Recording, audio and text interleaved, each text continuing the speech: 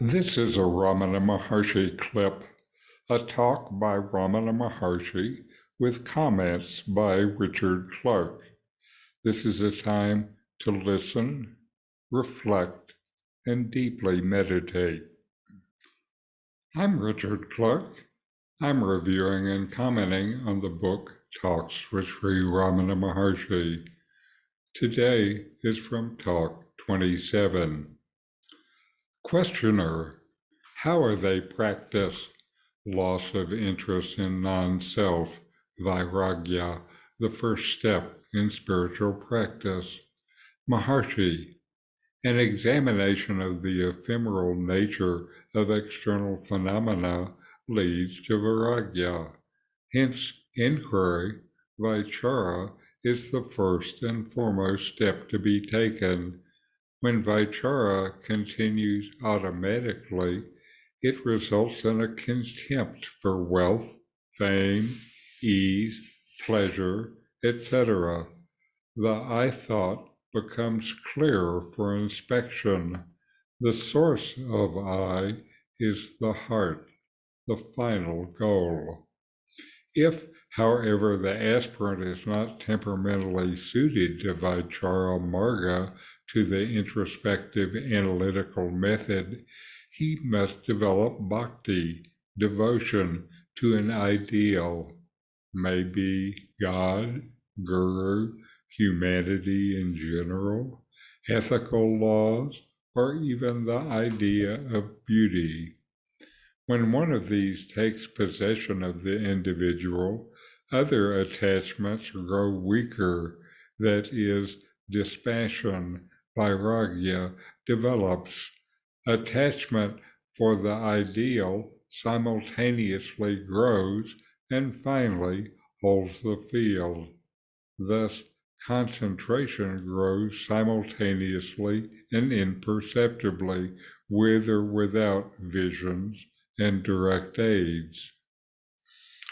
In the absence of inquiry and devotion, the natural sedative pranayama, breath regulation, may be tried. This is known as yoga marga. If life is imperiled, the whole interest centers round one point, the saving of life.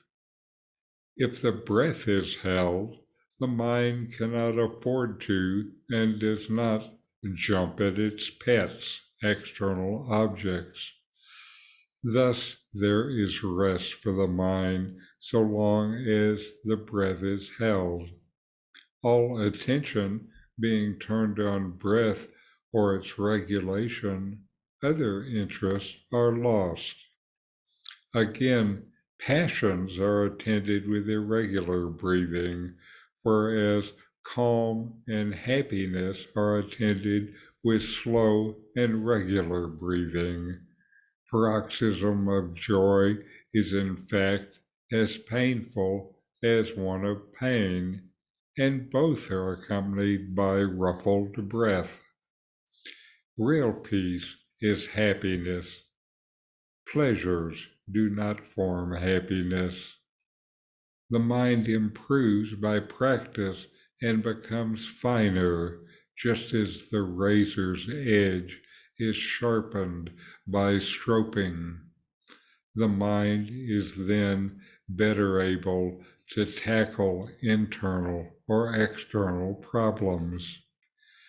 If an aspirant be unsuited temperamentally for the first two methods and circumstantially on account of age for the third method, he must try karma marga, doing good deeds, for example, social service.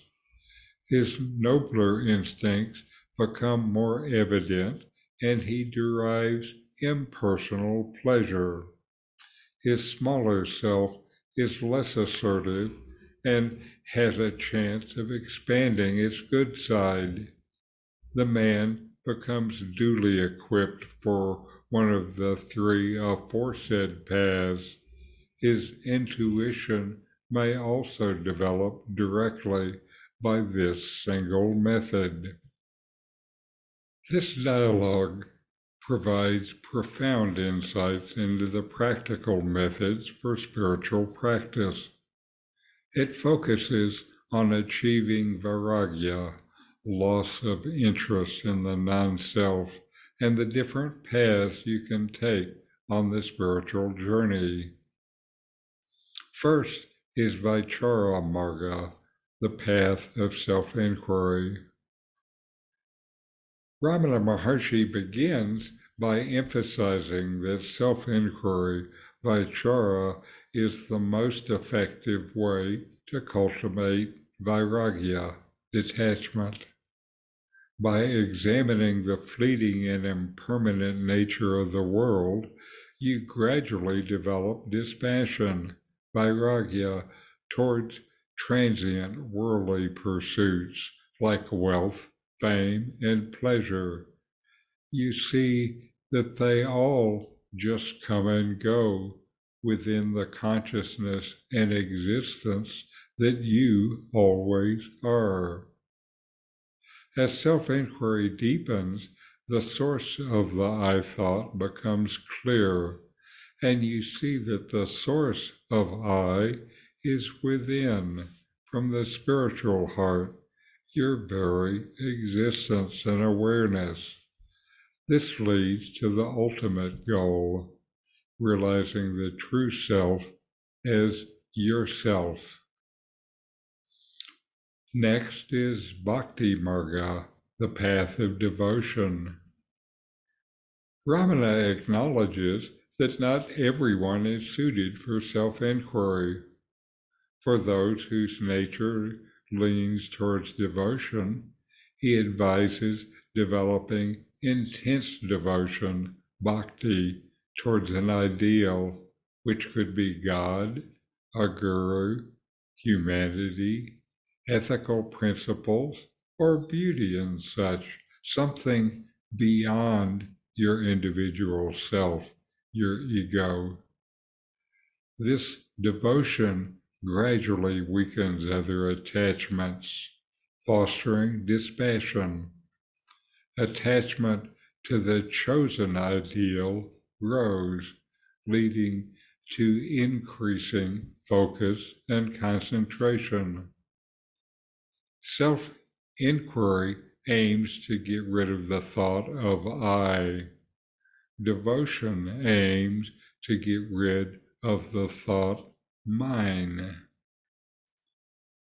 Then there is Yoga Marga, path of breath control. When neither self-inquiry nor devotion is suitable, Ramana suggests that the practice of pranayama, breath regulation, is a natural sedative. By controlling the breath, you control the mind, and the mind naturally becomes more focused, helping to reduce attachments and distractions. Calmness and happiness are associated with slow and regular breathing, whereas irregular breathing accompanies pain and passionate states. Breath is also at the heart of Buddhism, with mindful breath watching as an important practice. Then there is Karma Marga, the path of selfless action.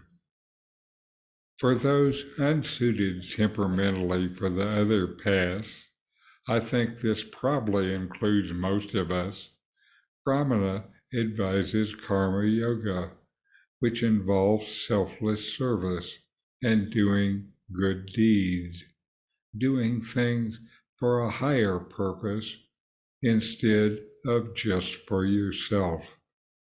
Engaging in selfless action fits who you really are. It also lessens focus on the ego's desires and paves the way for spiritual growth. This is a natural process that flows from karma, physical action, to bhakti, love, to yoga and meditation, enter mental practice, to jnana, experiential knowing. Ramana Maharshi emphasizes that whichever path you choose, it should align with your nature and circumstances.